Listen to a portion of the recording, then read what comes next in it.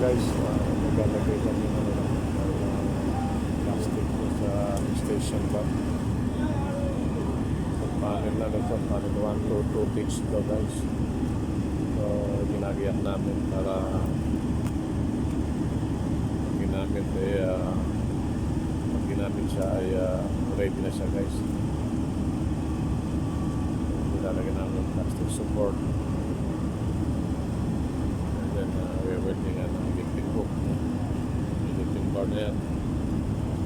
Electric bar, we're waiting dito para pagkabit na meron siyang sabitan ng Muslim cable. At ito na mga kapila. Ito guys, ipinold naman namin ito. Ito extension bar niya para pagpagdagong ito. Madali siyang isang back guys. And then ang mga discovery ito guys. So we have final 1 to dito. Iniready namin siguro. Kaya gusto ko sa toto o lunes na mali namin itong bakal na ito. Depende na siya kung ma-schedule siya guys. Pero ito ready na ito kaya i-fold namin ito.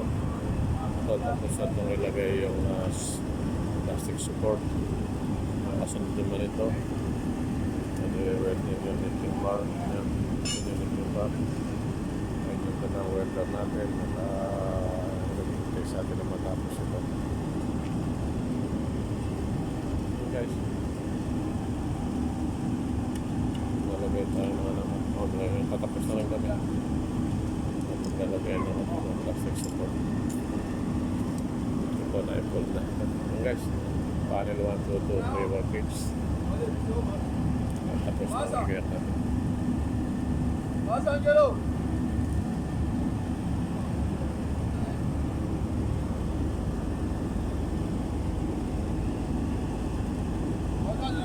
Manasını